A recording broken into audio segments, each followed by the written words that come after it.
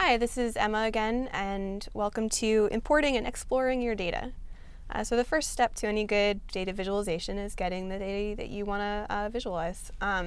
Tableau has a lot of different options for importing different kinds of files. If you have a text file, for example, you can go to click it, open it, give it a second as it loads in. Depending on how big your data is, this could take longer or shorter. If you're working with a big data set, one great option is to create a Tableau extract. So what you would do is you would import it one time as a CSV or an Excel file, and instead of opening it live here, you would click extract.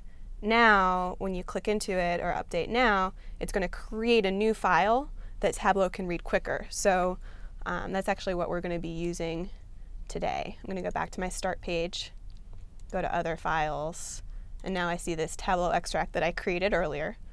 And we're going to open that, and that just, everything runs a little bit faster when we do that. So here's our data.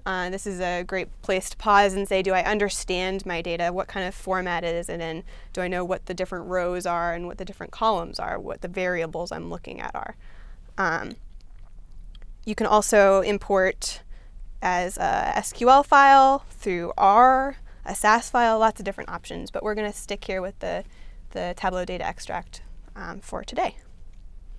So great, I've got my data. Let's create a new worksheet and start playing around with it. So one of the first things you would do when getting a new data set or opening up a data set for purposes of a new investigation is make sure you really understand your variables, and then do some what we call exploratory data analysis.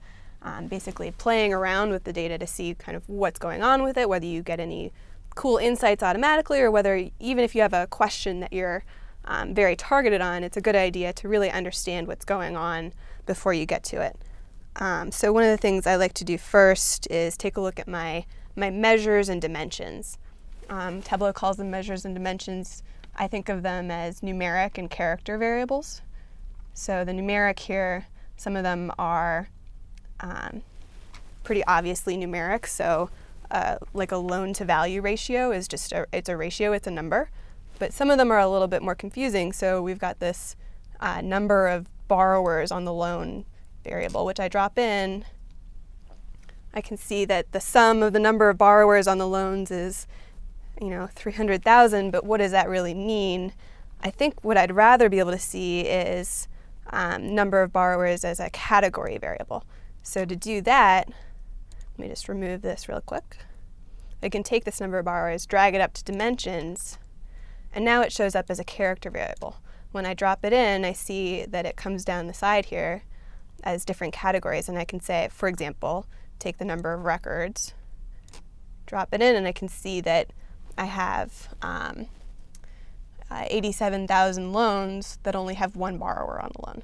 That's more meaningful to me than the sum of the number of borrowers on the loans. That just doesn't really make sense. So that's kind of my first recommendation, is take variables like that and move them around. Number of units, same thing. Another thing I can do, I'm going to remove this again. You'll see that a lot of what I'm doing is kind of just drag and drop, and that's one of the nice things about Tableau, is that it's pretty easy to just play around in. One thing we can do is create groups. So for example, if I drop seller name on here, so this is who sold Fannie Mae the loan, for example, Bank of America. Pretty straightforward. But I noticed that JP Morgan Chase Bank NA, and let me move this out a little bit more. Oops. JP Morgan Chase Bank National Association are listed as two separate values in this variable. And that's going to be kind of ugly later if I'm looking at seller. So what I'm going to do is I'm going to go back over here to seller name, hit the little drop down, and I'm going to create a group. So basically a group, you can do these custom things where you select, for example, these two. I'm going to say group. and then I can give it a name. I'm just going to call it JP Morgan Chase NA. Say OK. And now I'm going to remove seller name. And I see here on the side under dimensions that I've got seller name and seller name group. This time I'm going to look at the new variable I created, seller name group, and see that there aren't those two entries for Chase anymore. So that just makes things easier later. So that's one way of grouping, mostly that I use for kind of custom groups or for groups of character variables. Another way of grouping is with bins. And this is for numeric variables. So for example, if I drag credit score on here, and actually let me pause and take a second and show you this. So automatically when you drag it in, Tableau is going to show it as a sum. A much more meaningful look at credit score for me for this Fannie Mae data is the average, 714. So that should look more like the FICO scores that you're used to. So that's great, but what if I want to see some sort of distribution across credit score? I'd have to make different groups of credit scores. Because it's a number, what I can do is I can go over here to credit score, drop down, create bins, and I can change the size of the bin. So let's say I want to do it by bin of 100 points. Say OK. Now it pops up here under dimensions because now it's a categorical variable instead of a numeric. Drop it on, and I see that I can create a bit of a distribution of credit score, which again is a little bit more meaningful than it was originally. So those are some of the kind of easy built-in ways to create different groups. Another slightly more advanced, but still pretty easy thing you can do is create your own calculated field. Basically, you're creating a new variable using a tiny little bit of code to separate it out. So what I'm going to do is I'm going to create a weighted average credit score. So I go down to create calculated field. Let's call it weighted average credit score. And then I'm writing a very simple bit of code. And a lot of this, especially if it's something like a weighted average that people do all the time, is very easy to look up online. So I'm just going to do the sum of credit score and then what I want to weight it by, which typically for Fannie Mae, they want to weight things by the size of the loan. So the unpaid principal balance here. So I just start typing and I get the variable I want, click it, close my parentheses, and then I'm going to divide by the sum of the original unpaid principal balance. And you'll notice that before I close that last parenthesis, the Tableau tells me that this calculation still contains errors. It's pretty helpful in that way. Once you've made something that at least has all of the right parts, whether or not it's what you want it to be, that's a different question, but it has all the right parts. Something is still wrong. Sorry, I didn't need the equal sign there. Now it tells me the calculation is valid.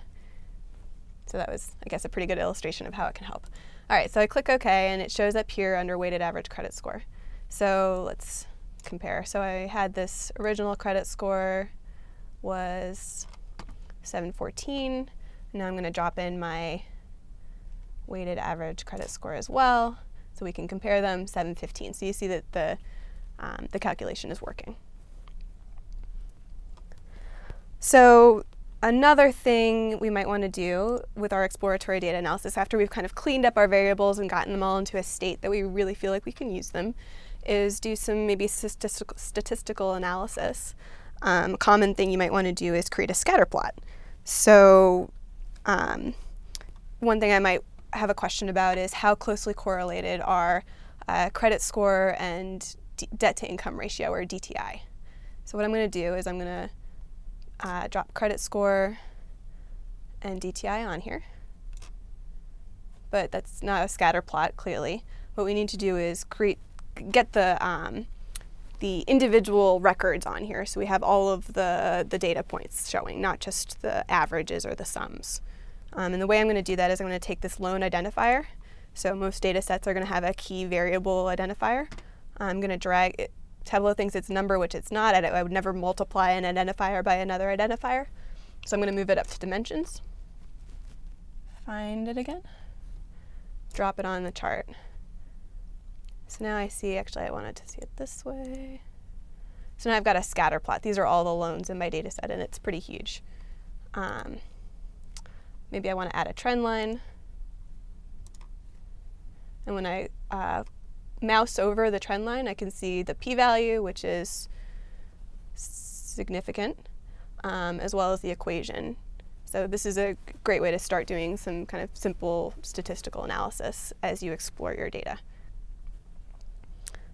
Finally, don't underestimate the benefits of just playing around.